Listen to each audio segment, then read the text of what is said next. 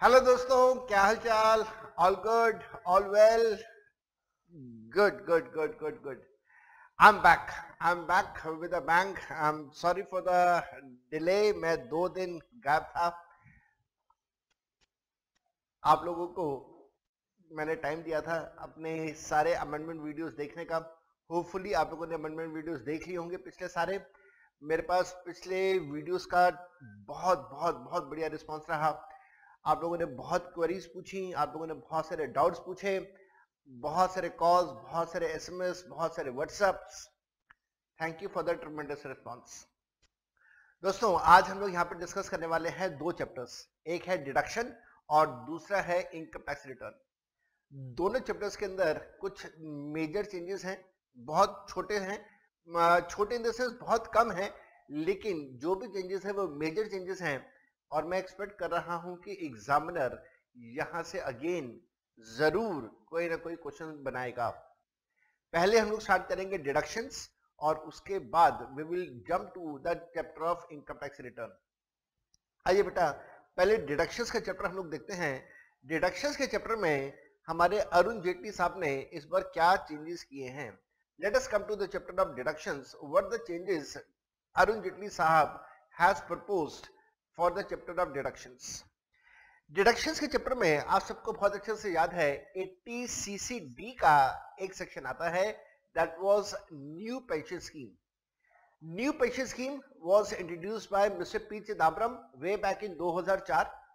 2004 में जब पी चिदम्बरम साहब फाइनेंस मिनिस्टर थे, under the leadership of noble and able leadership of doctor Manmohan Singh. तो 2004 में 1 जनवरी 2004 और 1 जनवरी 2004 के बाद जिन भी लोगों ने सेंट्रल गवर्नमेंट या स्टेट गवर्नमेंट की नौकरी स्टार्ट करी थी, पी चिदम्बरम साहब ने उन सभी लोगों की पेंशन बंद कर दी थी। जिन लोगों ने 1 जनवरी 2004 या 1 जनवरी 2004 के बाद गवर्नमेंट नौकरी स्टार्ट करी है, उन सबकी पेंशन बंद। मेरी वाइफ बहुत बहुत लकी रही। She started her government job way back in 2002, so she will be getting pension after retirement. तो भाई मेरा फ्यूचर तो इस चीज को लेकर सिक्योर है कि मेरी बीवी को पेंशन मिलती रहेगी, तो भाई मेरे को भी कुछ ना कुछ सपोर्ट मिलता रहेगा। नाउ, जिन लोगों ने जनवरी 2004 के बाद सेंट्रल गवर्नमेंट या स्टेट गवर्नमेंट की नौकरी स्टार्ट करी है, उनको पेंशन नहीं मिलेगी, तो फाइनेंशियल नुकसान बहुत ज्यादा। अब उस नुकसान की भरपाई करने के लिए पी चिदम्बरम साहब ने एक नई स्कीम स्टार्ट करी जिसका नाम रखा गया न्यू पेंशन स्कीम, NPS। बहुत सारे लोग इसे नेशनल पेंशन स्कीम का नाम भी देते हैं। आप नेशनल पेंशन स्कीम कह सकते हैं, न्यू पेंशन स्कीम कह सकते हैं, whatever you want to call it. जैसे जैसे वक्त आगे बीता, न्यू पेंशन स्कीम को एक्सपैंड किया गया। पी चिदम्बरम साहब होम मिनिस्टर बन गए, उनकी जगह हमारे प्रणब मुखर्जी साहब जो बाद में प्रेसिडेंट बने, वो हमारे फाइनेंस मिनिस्टर बने। उन्होंने एनपीएस की स्कीम को सेंट्रल गवर्नमेंट एम्प्लॉइज की जगह के साथ साथ में जो नॉन गवर्नमेंट एम्प्लॉइज हैं उन लोगों के लिए भी एनपीएस की स्कीम को स्टार्ट कर दिया। फिर बाद में प्रणब मुखर्जी साहब ने ही जो सेल्फ एम्प्लॉयड लोग हैं उन लोगों के लिए भी एनपीएस की स्कीम को स्टार्ट किया। जो सेल्फ एम्प्लॉयड लोग हैं उन लोगों को पोस्ट ऑफिस के अंदर जाके अपना एक स्पेशल अकाउंट खुलवाना होगा विद नेम कॉल्ड एनपीएस। लेकिन सेल्फ एम्प्लॉयड लोग और जो नौकरी पेशा लोग हैं उन दोनों के बीच में एक गैप हुआ करता था। गैप क्या था? गैप को जरा समझते हैं एक बार, एक छोटा सा पिक्टोरियल डायग्राम के साथ इस गैप को समझते हैं कि गैप क्या था और फिर अमेंडमेंट क्या हुआ। आपको ये बात बड़े अच्छे से समझ आएगी। एनपीएस का मैं डायग्राम हमेशा ऐसे बनाता हूं, मैं हमेशा से अपने स्टूडेंट्स को ये बात समझाता आया हूं अपनी क्लासेस के अंदर कि एनपीएस एक तरह से सिंकिंग फंड है। और ये सिंकिंग, अच्छा ये मत पूछना सर सिंकिंग फंड क्या होता है। आप लोगों ने बचपन से, जब मैंने कहा बचपन, तो बचपन का मतलब है 11th से आप लोगों ने अकाउंट्स पढ़ा है। और 11th से जब आप अकाउंट्स पढ़ते आ रहे हो तो अकाउंट्स के अंदर आप लोगों ने बार बार सिंकिंग फंड के बारे में पढ़ा है। तो NPS is just like one of the sinking funds and that is maintained by the employer। और इसके अंदर एम्प्लॉयर, ER लिख दिया मैंने, एम्प्लॉयर और एम्प्लॉई दोनों इसके अंदर पैसे इन्वेस्ट करेंगे। both will invest the money in this fund. Employee maximum 10% of salary अपना इन्वेस्ट कर सकता है. जितना पैसा एम्प्लॉय इन्वेस्ट करेगा इक्वल टू दैट पैसा एम्प्लॉयर भी इन्वेस्ट करेगा. तो एम्प्लॉयर कितना इन्वेस्ट करेगा? Equal to employees contribution employer भी इन्वेस्ट करेगा. अगर एम्प्लॉय ने 8% इन्वेस्ट किया तो एम्प्लॉयर भी 8% इन्वेस्ट करेगा. अगर एम्प्लॉय ने 10% किया तो एम्प्लॉयर भी 10 करेगा. अगर एम्प्लॉय ने 6 किया तो एम्प्लॉयर भी 6 करेगा. That means let us assume कि एम्प्लॉय 10 कर रहा है तो एम्प्लॉयर भी 10% सैलरी का इस फंड के अंदर इन्वेस्ट करेगा. तो this was the scheme started by P Chidambaram साहब. नाउ अगर कोई व्यक्ति सेल्फ एम्प्लॉयड है तो सेल्फ एम्प्लॉयड का मतलब ये हो गया कि वो व्यक्ति पोस्ट ऑफिस में जाएगा और पोस्ट ऑफिस में जाके अपना एनपीएस स्टार्ट करेगा. नाउ बीइंग सेल्फ एम्प्लॉयड वो अपना तो पैसा यहां पे इन्वेस्ट करेगा और क्योंकि वो सेल्फ एम्प्लॉयड है उसका कोई एम्प्लॉयर नहीं होगा. तो दैट मीन्स क्योंकि उसका कोई एम्प्लॉयर नहीं है तो दूसरी तरफ से कंट्रीब्यूशन होगा ही नहीं. ये कंट्रीब्यूशन क्यों नहीं होगा? क्योंकि उसका कोई एम्प्लॉयर ही नहीं है.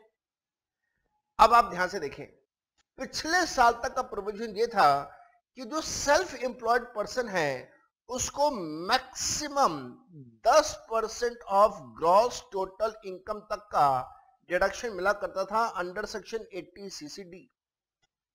जरा कंपैरिजन करके देखते हैं.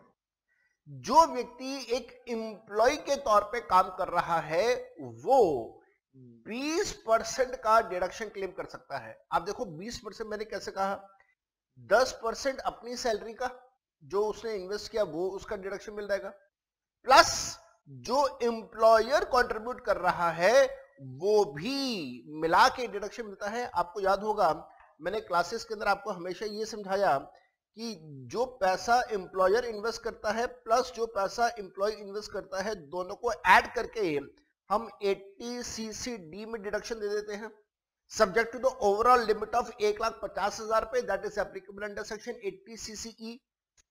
नाउ एम्प्लॉय के केस में हमें 10% सैलरी का एम्प्लॉय का और एम्प्लॉयर का भी दोनों का मिला के हमें डिडक्शन मिल जाता है and later say that is 20%. लेकिन सेल्फ एम्प्लॉयड पर्सन को सिर्फ 10% का डिडक्शन मिल रहा था. Now there was an imbalance in this situation. हमारे अरुण जेटली साहब ने बड़ी समझदारी दिखाई. उनको दिखाई दिया कि यार ये अनजस्टिफिकेशन है कि जहां पे एक व्यक्ति जो सेल्फ एम्प्लॉयड है उसे सिर्फ 10% का बेनिफिट दे रहे हैं और जो एम्प्लॉय उसे हम लोग 20% का बेनिफिट दे रहे हैं. there is no parity between these two situations. to bring about the parity लेके आने के लिए, बराबरी लेके आने के लिए हमारे अरुण जेटली साहब ने अमेंडमेंट कर दिया.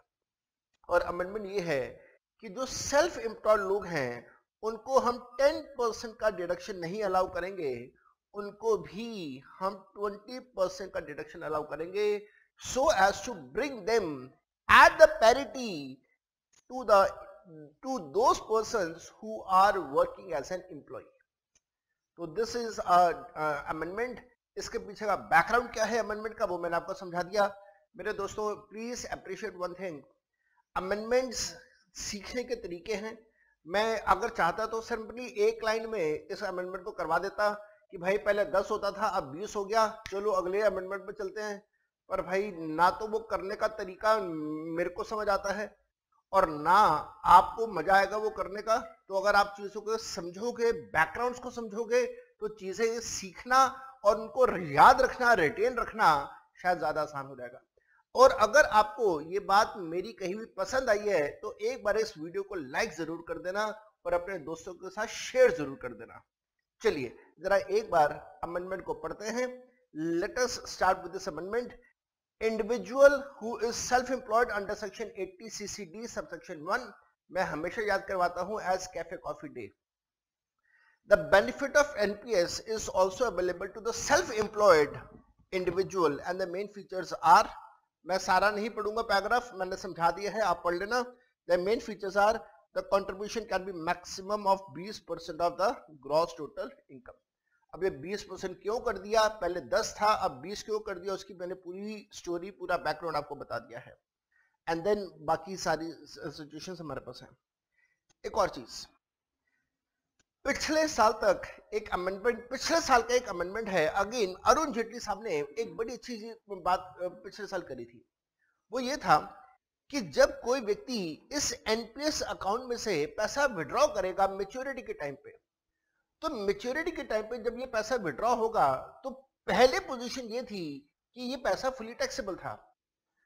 तो अरुण जेटली साहब को समझ आई कि नहीं यार, ये पैसा फुली टैक्सेबल कर देना जस्टिफाइड नहीं होगा, कुछ पैसा एग्जेम्प्ट हो जाना चाहिए।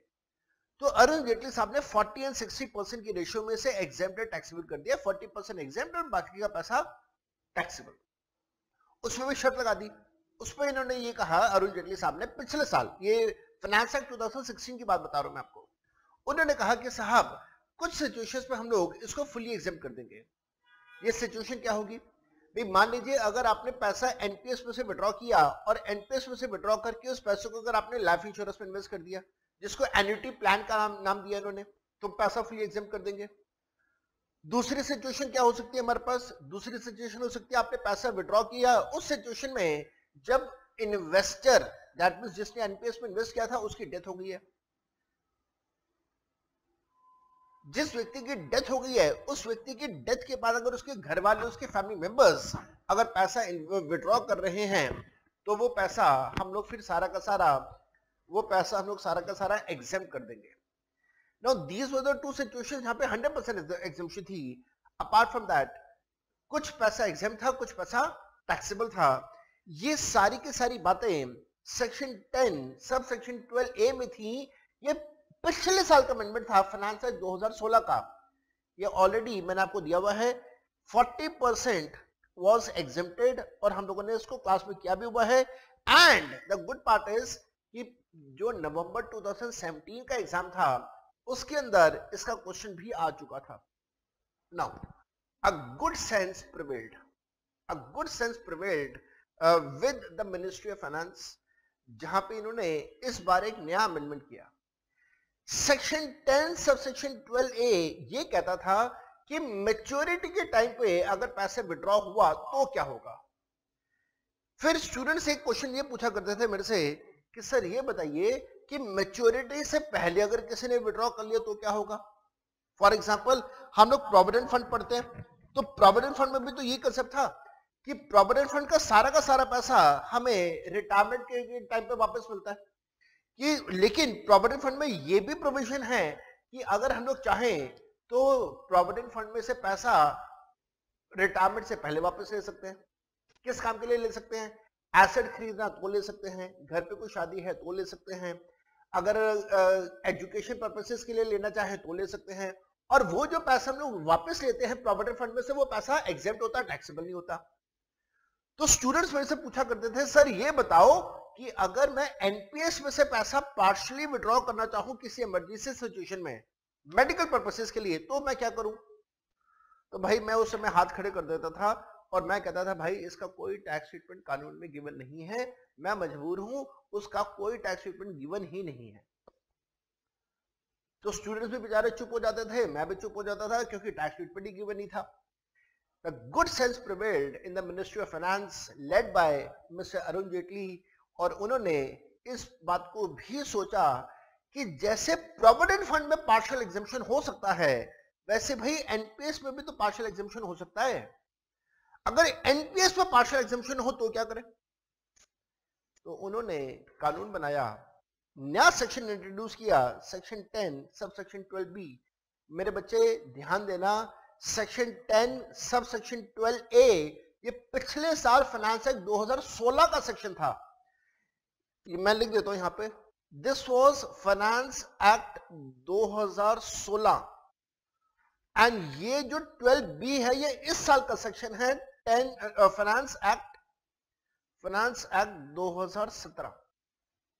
चलिए अब सुनिएगा, तो फाइनेंस एक्ट 2016, फाइनेंस एक्ट 2016 का अमेंडमेंट था फुल विड्रॉल एनपीएस में से।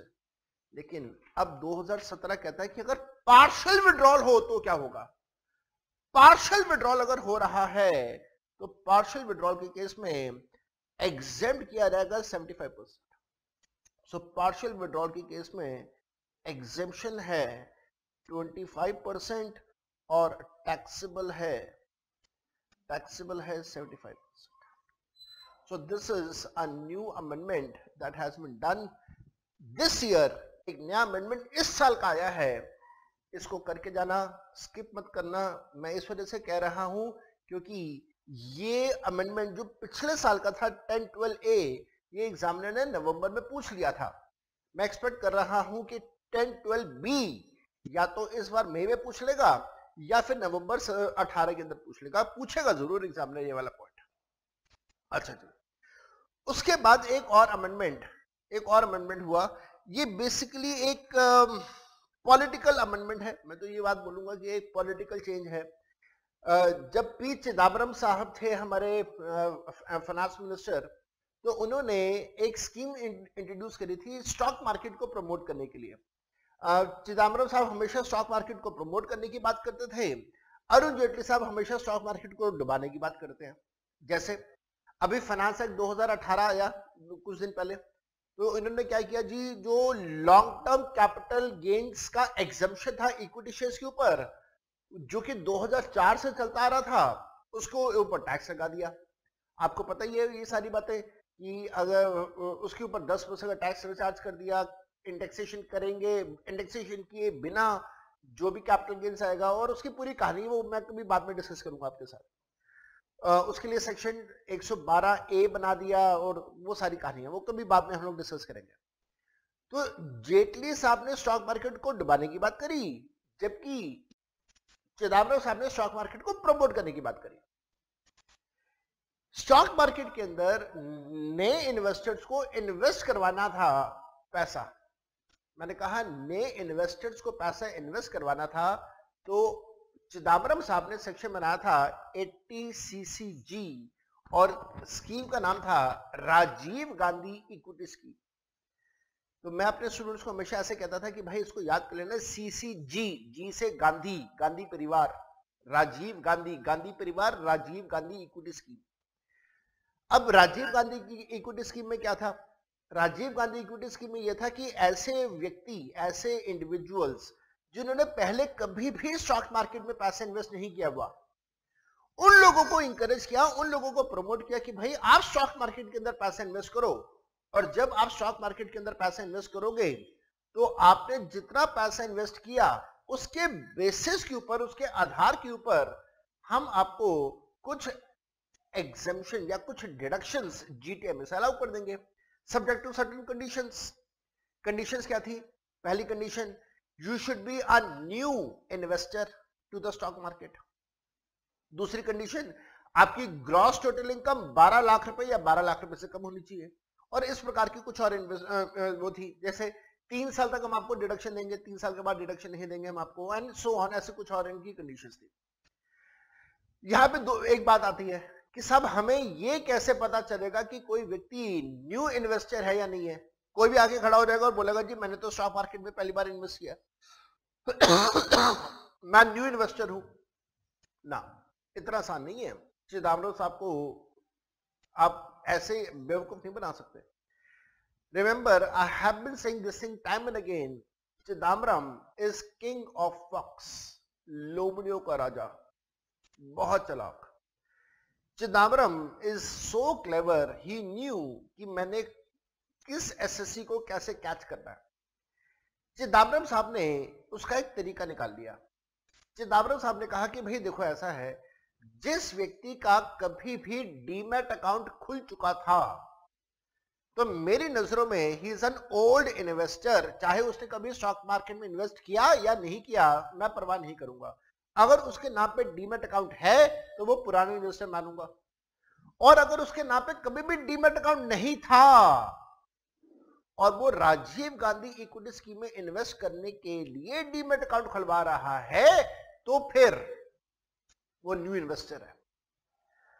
अब आप सोचोगे सर मैं जाके नया डीमैट अकाउंट खुलवा लूंगा, सरकार को कैसे पता चलेगा? ना बाबू ना, इतना आसान नहीं है। डीमैट अकाउंट खुलवाने के लिए आपको पैन कार्ड देना पड़ता है। तो जैसे ही आपने पैन कार्ड दिया तो डाटा सरकार के पास पहले से है, क्योंकि आपका पैन कार्ड तो बदल नहीं सकता, पैन नंबर तो बदल नहीं सकता।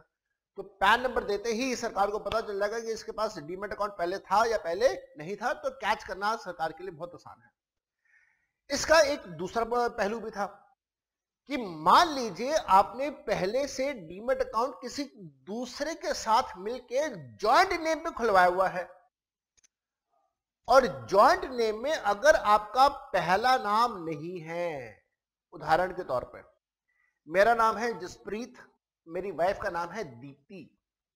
मान लीजिए जसप्रीत और दीप्ति का जॉइंट नेम पे डीमैट अकाउंट है, लेकिन उसके अंदर मेरा पहला नाम है और दीप्ति का दूसरा नाम है। तो जॉइंट नाम कैसे है? जसप्रीत एंड दीप्ति। और दीप्ति अगर अपना अलग से डीमैट अकाउंट खुलवाती है तो she will be assume to be a new investor, because उसका जो पहले जॉइंट अकाउंट था उस जॉइंट अकाउंट में उसका फर्स्ट नेम नहीं था। तो चिदम्बरम साहब ने इस प्रकार से तरीके निकाले हुए थे कि आइडेंटिफाई करने की कोई कौन न्यू इन्वेस्टर है और कौन न्यू इन्वेस्टर नहीं है। और इस प्रकार से उन्होंने 80cc-G नाम का डिडक्शन अलाउ किया हुआ था। अब ये तो कांग्रेस की बात हो गई। सरकार किसकी चल रही है? सरकार चल रही बीजेपी की। तो बीजेपी ने ऐसा काम जरूर कुछ ना कुछ करना था जो कि कांग्रेस के अगेंस्ट था। तो अरुण जेटली साहब ने वो काम किया। इन्होंने कहा कि जो कांग्रेस का सेक्शन था 80cc-G Rajiv Gandhi equity scheme, हम उस सेक्शन को बंद कर रहे हैं। बंद कर रहे हैं जी, बिल्कुल बंद कर रहे हैं। अब भाई बंद कैसे कर रहे हैं? देखो, मुर्गे को या बकरे को काटने के दो तरीके होते हैं। एक तो होता ठक काट दी गर्दन, हलाल कर दिया, वो झटका कर दिया। दूसरा होता है उसे होले होले थोड़ा थोड़ा आस्ता आस्ता काटना, उसे कहते हैं हलाल करना। तो जेटली साहब ने झटके से काटा नहीं, हलाल किया, बिल्कुल होले होले काटा उसको। तो इन्होंने ये कहा कि भाई देख, इस साल 2017-18 में जो भी पैसा इन्वेस्ट करेगा उसको हम लोग डिडक्शन तो बिल्कुल भी अलाउ नहीं करेंगे, लेकिन जो लोग पहले से इन्वेस्टमेंट कर चुके हैं और जिनको ऑलरेडी हमने वादा किया हुआ है कि 3 साल तक डिडक्शन देते रहेंगे, उनको हम लोग डिडक्शन अलाउ करेंगे। क्योंकि 3 साल का वादा था तो 3 साल का वादा हम लोग पूरा करेंगे। लेकिन इस साल 2017-18 में अगर कोई राजीव गांधी इक्विटी स्कीम के नाम पे पैसा इन्वेस्ट करना चाहेगा और कर रहा है तो हम उसको डिडक्शन अलाउ नहीं करेंगे। और अगर कोई व्यक्ति पहले से राजीव गांधी इक्विटी स्कीम में इन्वेस्टमेंट करता आ रहा है ये सोच के कि मेरे को 3 साल तक का डिडक्शन मिलता रहेगा, तो उसकी सोच को हम लोग बदलेंगे नहीं, उसकी सोच के साथ साथ उसको डिडक्शन अलाउ करते रहेंगे। This is a change, this is a change that has been done. और इस बात को और बढ़िया से समझाने के लिए मैं पेश कर रहा हूं आपके सामने एक examination question with modification and amendment के साथ। मैं आपको नवंबर 2014 का एग्जाम्पल क्वेश्चन करवा रहा हूं। पहले 80cc-G पढ़ लेते हैं, राजीव गांधी इक्विटी स्कीम। हालांकि सारी कहानी मैंने सुना दी आपको। No deduction under this section shall be allowed from the assessment year 2018-19, that is previously 17-18। ध्यान देना, अगर कोई इस साल नया इन्वेस्टमेंट कर रहा है राजीव गांधी इक्विटी स्कीम में तो उसको डिडक्शन हम लोग अलाउ नहीं करेंगे। However वर्ड का मतलब होता है लेकिन, किंतु, परंतु, बट इफ एन एसएससी, ऐसा कोई भी व्यक्ति who has claimed deduction, जिसे डिडक्शन क्लेम किया हुआ है अंडर दिस सेक्शन, इस सेक्शन के अंदर फॉर द असेसमेंट ईयर 17-18, पिछले साल का, या earlier assessment year. Earlier assessment year का मतलब हो गया असेसमेंट ईयर 16-17, या तो 16-17 में उसने डिडक्शन लिया हुआ है या 17-18 में असेसमेंट डिडक्शन लिया हुआ है। याद रखना 3 साल तक का डिडक्शन मिलता है, 3 साल तक का डिडक्शन मिलता है इसके अंदर। तो 16-17 में अगर इन्वेस्टमेंट किया था तो 16-17, 17-18 और 18-19 3 साल तक अगर डिडक्शन मिलेगा। तो अरुण जेटली साहब ने कहा कि अगर आपने 16-17 में डिडक्शन लिया है या 17-18 में डिडक्शन लिया है तो भाई मैं आपको इस साल भी डिडक्शन दे दूंगा, क्योंकि वो वादा जो पहली वाली सरकारों ने किया वो हम भी पूरा करेंगे। लेकिन इस साल अगर आप इन्वेस्टमेंट करोगे तो हम आपको डिडक्शन अलाउ नहीं करेंगे। दोबारा से पढ़िए।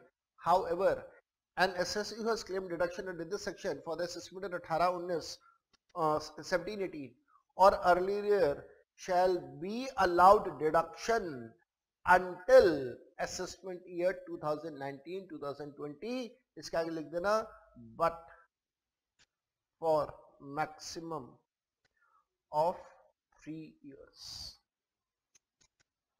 ये जो 3 साल की कंडीशन सेक्शन के अंदर ही लिखी हुई है, मैंने अपनी तरफ से कुछ ऐड नहीं किया इसके अंदर।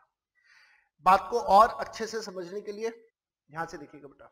नवंबर 2014 में 5 नंबर का एक क्वेश्चन आया था, हो सकता है रिपीट हो जाए कभी भी एग्जाम के अंदर। ABC are 3 new retail investors for the year previous year 15-16, 16-17 and 17-18। ध्यान देना, C ने इन्वेस्टमेंट किया है 17-18 में। C is a new investor in the year 17-18। क्या C जो 17-18 में इन्वेस्ट कर रहा है, क्या C को 17-18 के अंदर 80 CCD का डिडक्शन मिलेगा? नो नो नो, कोई डिडक्शन नहीं मिलेगा। और देख लीजिए नीचे सोल्यूशन में हमने लिखा भी हुआ है C, no deduction is allowed for the assessment year 18-19। Jaitley साहब ने सीधा मना कर दिया, सी क्योंकि तूने इस साल से इन्वेस्टमेंट किया है, हम तुम्हें कोई डिडक्शन अलाउ नहीं करेंगे। As simple as that. चलिए आगे देखते हैं, आगे बढ़ते हैं क्वेश्चन को। ABC are 3 new investors in the previous year 15-16, 16-17 and in the year 17-18 respectively have made the following investments in the equity shares या the units of equity oriented mutual funds in the Rajiv Gandhi equity scheme for the year 17-18. Investment in listed equity shares 20,000, 45,000, 32,000। तो सी का तो data बेकार है, सी को तो ना भी पढ़े तो भी चल जाएगा। Investment in equity oriented funds 40, 0 और 18। GTI 11,25,000, 12,15,000, 11,50,000। तो सी को तो हम लोग छोड़ ही रहे हैं, सी को तो हम लोग वैसे इग्नोर कर रहे हैं। बी की बात करते हैं। बी की इनकम है 12,15,000। दोस्तों 80 CCG की एक कंडीशन है कि डिडक्शन सिर्फ उसको मिलता है जिसकी टोटल इनकम 12 लाख या 12 लाख से कम। अब क्योंकि बी की इनकम 12 लाख से ज्यादा है तो 12 लाख से ज्यादा होने पे इसको भी डिडक्शन नहीं मिलेगा। तो नीचे देख लो भाई, हमने इसको भी डिडक्शन अलाउ नहीं किया है, नो डिडक्शन, नो डिडक्शन। नीचे सोल्यूशन में देख लो, हमने सी को भी डिडक्शन नहीं दिया, हमने बी को डिडक्शन भी नहीं दिया। ठीक है जी। अब ए की बात करते हैं। ए की इनकम 11,25,000 रुपए है, दैट इज 12 लाख से कम है, लिमिट के अंदर आ गया। इसने इन्वेस्टमेंट किया है 20 और 40, 60,000 का इन्वेस्टमेंट है। अब डिडक्शन कितना मिलेगा? डिडक्शन मिलेगा जितना इन्वेस्ट किया उसका 50%। तो 60 का 50% कम्स टू 60 का 50% comes to 30,000 subject to the overall limit of 25,000।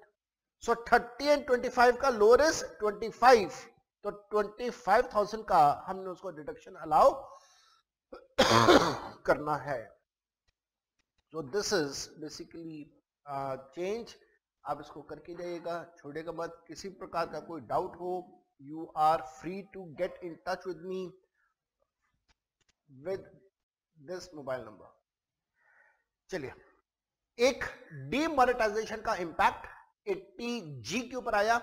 Bar bar demonetisation की बात हम लोग कर रहे हैं। नवंबर 2016, हम सबको याद होगा नवंबर 2016 का वो दिन, वो रात, भाइयों और बहनों वाली वो रात, बड़ी मनहूस रात, दिवाली के बाद 2,000 रुपए की एक रिस्ट्रिक्शन लगा दी। आपको याद होगा 80G में पहले रिस्ट्रिक्शन होती थी 10,000 रुपए की। अगर किसी व्यक्ति ने पैसा दान किया है और वो जो पैसा दान कर रहे हैं वो पैसा 10,000 रुपए से ज्यादा का है या 10,000 रुपए का है या 10,000 रुपए से ज्यादा का है इनफैक्ट, तो वो पैसा अगर कैश में दान किया जाए तो 80G का डिडक्शन नहीं मिलता था। अब वो 10,000 रुपए की लिमिट जो 80G में पहले थी, अब उसको 10,000 से घटा के 2,000 रुपए का कर दिया है। तो मेरे बेटा ध्यान देना, any donations which are given under section 80G for the amount exceeding 2,000 रुपए in cash is not allowed as deduction. तो 2,000 रुपए से ज्यादा कैश में डोनेशन अलाउ नहीं होगा, लेकिन हाँ चेक से दे दो, किसी और तरीके से दे दो, किसी और मेथड से दे दो, आपको डिडक्शन मिल जाएगा। 80G का एक छोटा सा अमेंडमेंट। लेकिन हाँ वेरी इंपॉर्टेंट, मार्क कर देना as the most important examiner जरूर जरूर जरूर जरूर पूछने वाला है। इसके बाद आ जाओ एक और चैप्टर जहां से एग्जामिनर डेफिनेटली क्वेश्चन पूछेगा, वो है income tax return, ITR। Income tax return में इस बार एक चेंज हुआ। ये चेंज क्या है और ये चेंज की जरूरत क्या पड़ी, पहले वो बैकवर्ड समझेगा। देखो अगेन बात को समझो, और अगर आप इस बात को अप्रिशिएट करते हो तो मैं फिर आपको बोलूंगा कि इस वीडियो पे लाइक का बटन दबाइएगा और कमेंट कीजिएगा। अगर आपको अच्छा लगे शेयर कीजिएगा अपने दोस्तों यारों के साथ, थोड़ा सा अप्रिशिएट कीजिएगा, अच्छा लगेगा, मोटिवेशन मिलेगा और वीडियोस बनाने का आपके बेनिफिट के लिए। बहुत सारे आइडियाज मन में हैं, मोटिवेशन तभी मिलेगा जब आप लोगों से थोड़ा सा मेरे को अप्रिसिएशन मिलेगा। तो सुनेगा, बहुत बढ़िया बात बता रहा हूं, रीजन दे रहा हूं अमेंडमेंट क्यों हुआ। मान लीजिए मैं अपनी कार में बैठा हुआ जा रहा हूं, यहां पे सामने रेड लाइट है, मैंने रेड लाइट की परवाह नहीं करी और मैं रेड लाइट जंप कर जाता हूं। सामने पुलिस वाला खड़ा हुआ है, पुलिस ऑफिसर खड़ा हुआ है, पुलिस ऑफिसर ने मेरे को रोक लिया, मेरे को उसने बाहर बुलाया, मेरे से उसने लाइसेंस मांगा, लाइसेंस मांग के वो चालान करने लगा। मैंने हाथ जोड़ के रिक्वेस्ट किया, बाबूजी सर जी गलती हो गई, माफ कर दो, पहली बार था, क्लास पे जा रहा हूँ, लेट हो रहा हूँ, प्लीज माफ कर दो, कभी नहीं करूँगा। उससे पूछा वो क्या करते हो, मैंने कहा जी चार्टर्ड अकाउंटेंट हूँ, पढ़ाता हूँ बच्चों को, लेट हो रहा हूँ। उसने कहा अच्छा पढ़ाते हो, टीचर हो? मैंने कहा जी। कहता हाँ अब आया मजा, चलो जल्दी से कागज पर निकालो, लिखो 10 बार कि आगे से ऐसी गलती नहीं करूंगा। मैंने कहा बाबूजी ठीक है जी लिख देता हूँ। तो मैंने 10 बार लिखा कि जी गलती हो गई, माफ कर दो, आगे से ऐसी गलती नहीं करूंगा। तो उसने मेरे को, पुलिस वाले ने छोड़ दिया, माफ कर दिया। अब ये जो स्टोरी मैंने सुनाई, इस स्टोरी में एक बहुत सिंपल सा मेरा लेसन छुपा हुआ था। लेसन क्या था? लेसन ये है कि भाई जब ये पुलिस ऑफिसर ने मेरे को रोका रेड लाइट जंप करने पे, तो इस पुलिस ऑफिसर के डिस्क्रिशनरी पावर थी। डिस्क्रिशनरी का मतलब होता है इसकी मर्जी थी। मर्जी ये थी कि ये मेरे को वार्निंग देके छोड़ सकता था, तो मैं यहां लिख देता हूं वार्निंग। ये मेरे को वार्निंग देके छोड़ सकता था। इसकी डिस्क्रिशनरी पावर थी कि ये मेरे ऊपर पेनल्टी, या जैसे हम लोग चालान कहते हैं, ये चालान कर सकता था। इसकी डिस्क्रिशनरी पावर थी कि ये मेरे लाइसेंस को कैंसिल कर सकता था, फॉरफिट कर सकता था। इसकी डिस्क्रिशनरी पावर थी कि अगर मैं रैश ड्राइविंग कर रहा हूं तो मेरी कार को इंपाउंड कर सकता था। डिस्क्रिशनरी पावर है इस ऑफिसर की। डिस्क्रिशनरी का मतलब होता है मर्जी है इसकी। इसके पास पावर्स हैं, बहुत सारी पावर्स हैं, और ये पावर यूज करे, ये पावर यूज ना करे, ये इसकी मर्जी होती है। और आपको ये बात पता है, आप में से कई सारे स्टूडेंट सोच भी रहे होंगे और शायद अपने मन में ये बात कर भी रहे होंगे कि सर इतनी बातें और इतनी सॉरी लिखने की कोई जरूरत नहीं थी, 100 रुपए का नोट पकड़ाते वैसे ही मान जाता। ये बात भी है। एक इमेज बनी हुई है पुलिस वालों की कि भाई सारे पुलिस वाले ऐसे होते हैं, कि नहीं भाई ऐसा मैं बताता हूं, सारे पुलिस वाले ऐसे नहीं होते। हाँ होते हैं, 10, 15, 20, 50% ऐसे होते हैं, लेकिन बहुत सारे ईमानदार पुलिस ऑफिसर भी होते हैं। चलो आगे चलता हूं मैं यहां से कहानी से। अब पोजीशन ये है कि कहानी का में ट्विस्ट आ रहा है। ये इसके डिस्क्रिशनरी पावर है कि ये चालान करे या चालान ना करे। अब आ जाते हैं अपने अमेंडमेंट के ऊपर। मान लो ये कार नहीं है, मान लो ये रेड लाइट नहीं है, मान लो ये पुलिस ऑफिसर नहीं है, मान लो इस कार की जगह आ जाती है इनकम टैक्स रिटर्न ITR, मान लो इस रेड लाइट की जगह आ जाती है ड्यू डेट, और ये ड्यू डेट है 31 जुलाई की या फिर 30 सितंबर की, और मान लो इस पुलिस ऑफिसर की जगह आ जाता है ITO इनकम टैक्स ऑफिसर, या फिर जिसको हम लोग बोलते हैं असेसिंग ऑफिसर।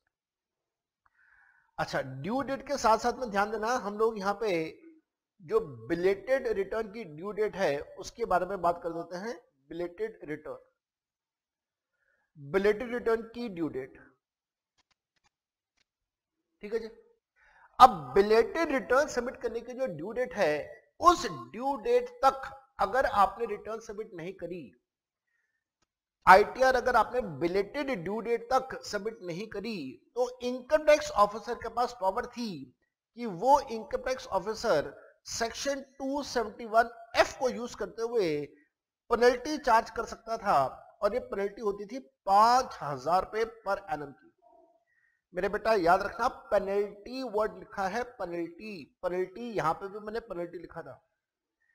मेरे बच्चे, whenever the law uses the word penalty means giving a discretionary power to the officer, उसकी मर्जी है पेनल्टी लगाए या न लगाए।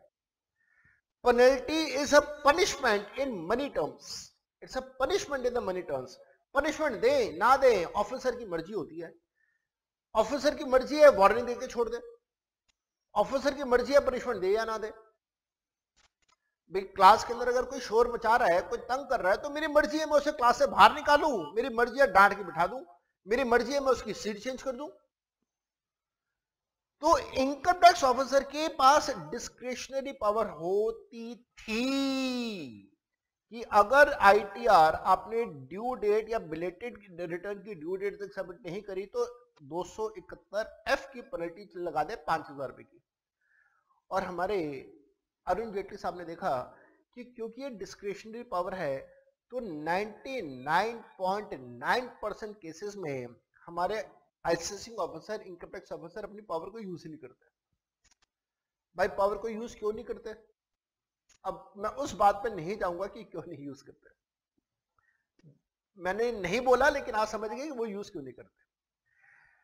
हमारे अरुण जेटली साहब ने इसका एक रास्ता निकाला, समाधान निकाला। उन्होंने कहा कि भाई सेक्शन 271F को ही हटा दो, ये वाला सेक्शन ही हटा दो, और इसके बदले में उन्होंने एक नया कंसेप्ट इंट्रोड्यूस कर दिया, और वो कंसेप्ट ये है कि अगर किसी व्यक्ति ने अपनी income tax return due date तक सबमिट नहीं करी है, तो उस केस में हम उसके ऊपर पेनल्टी चार्ज नहीं करेंगे, क्योंकि पेनल्टी तो डिस्क्रिशनरी पावर हो जाती है, हम उसके ऊपर लगा देंगे late fees.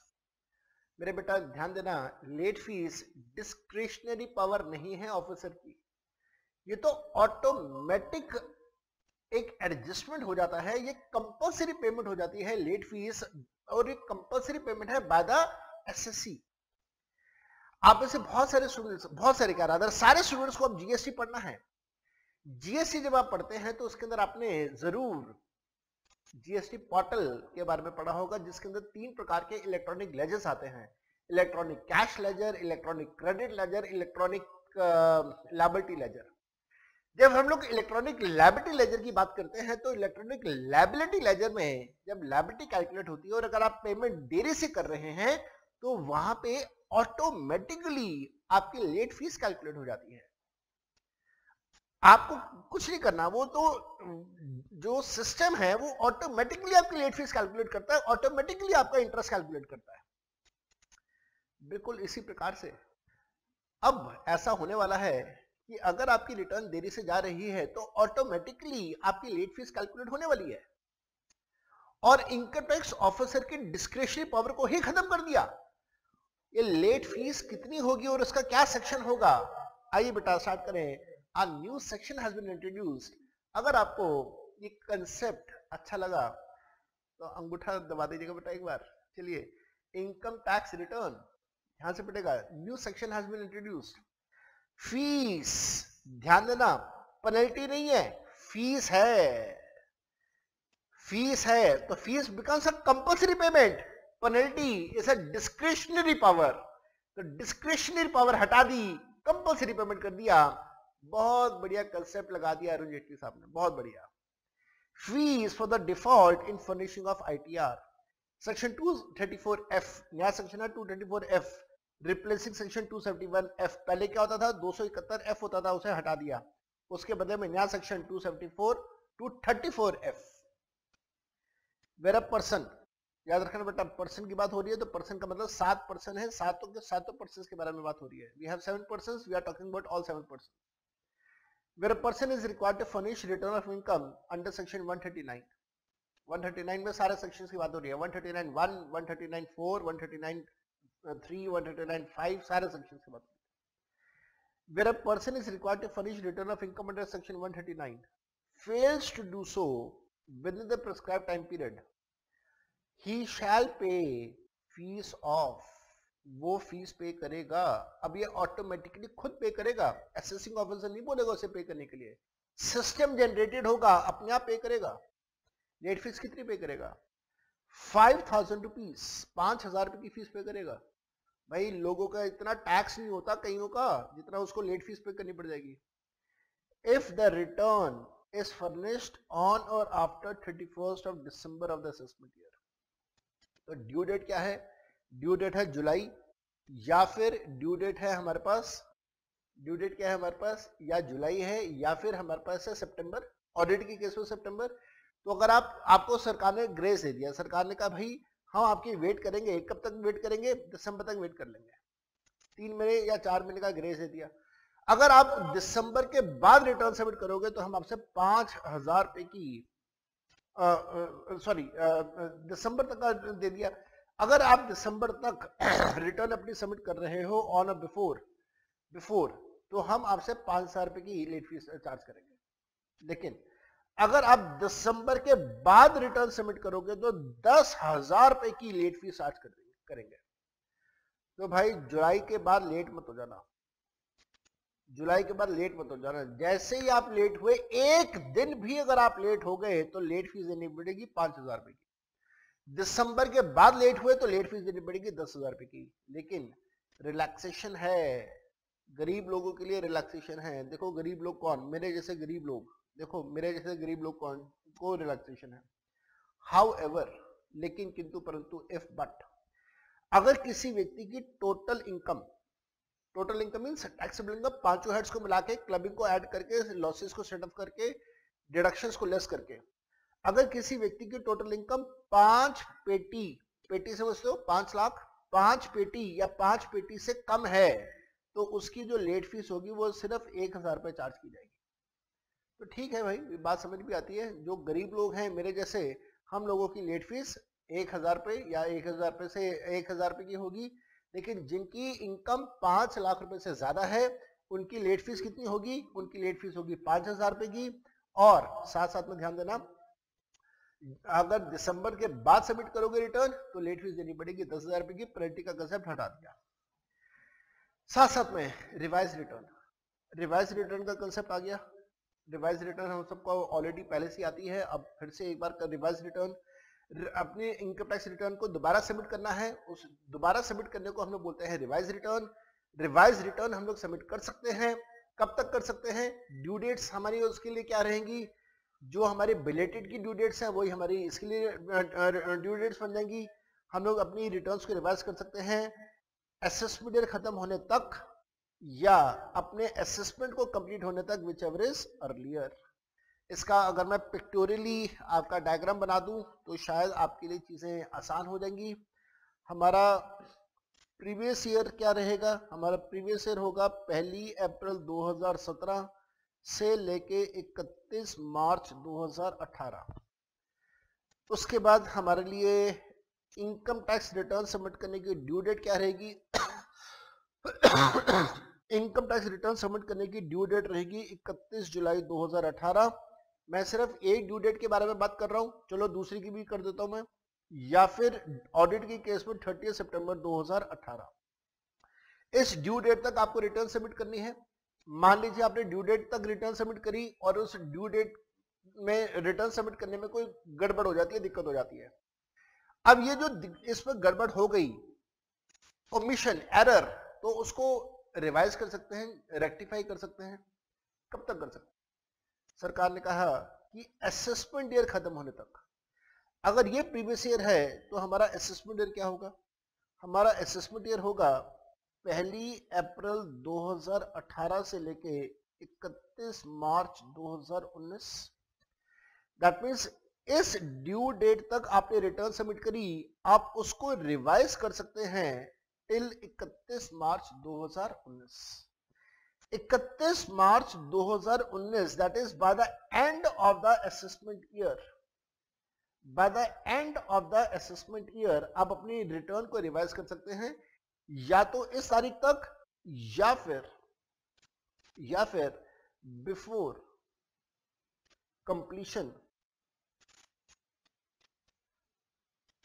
Completion of assessment,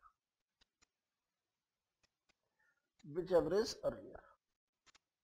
दोनों में से जो भी पहले हो जाएगा उस तारीख तक आप अपनी रिटर्न को रिवाइज कर सकते हैं।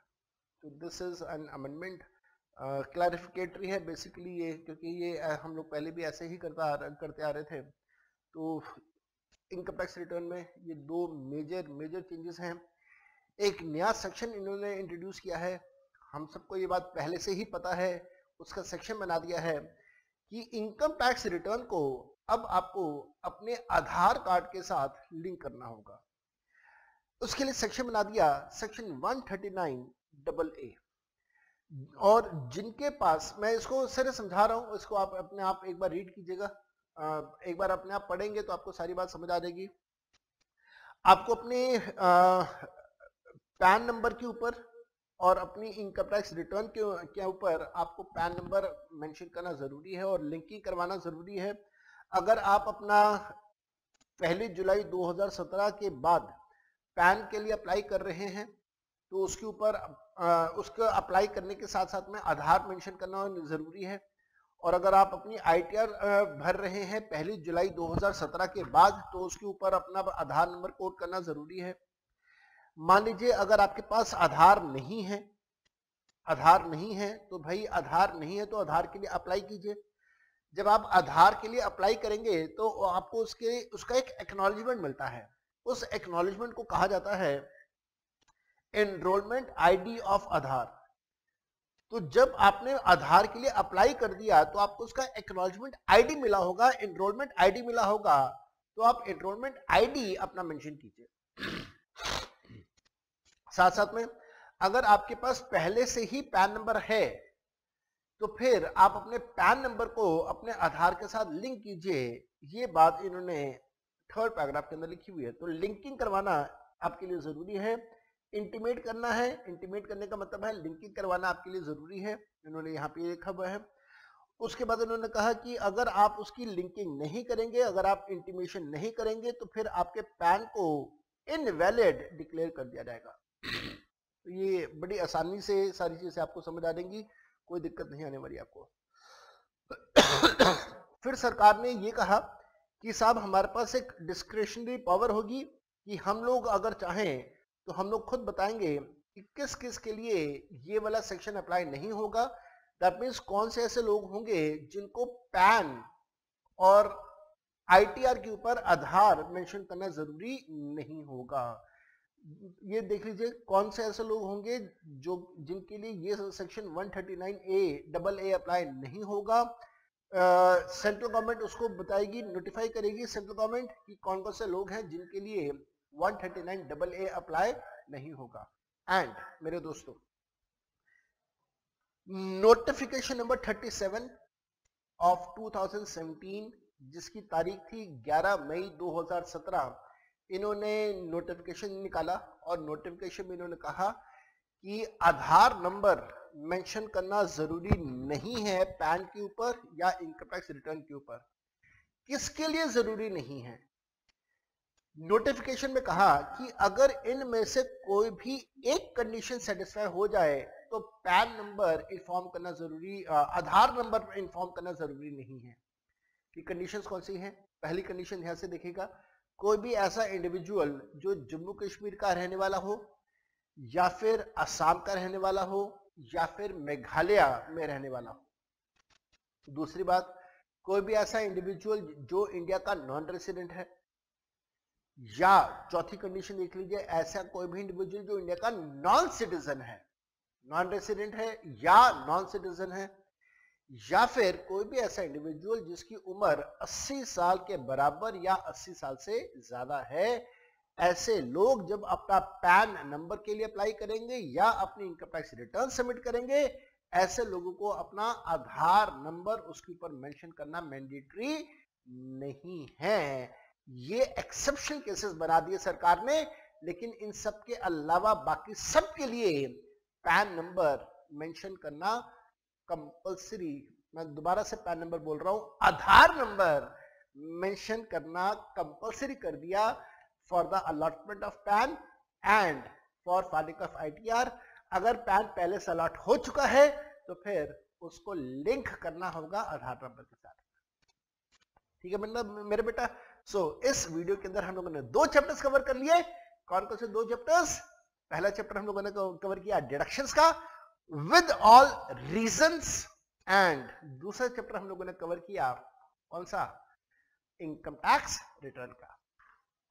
इस वीडियो के लिए इतना ही। Bye bye, tata, take very good care of yourself, best of luck for your exams, bye bye.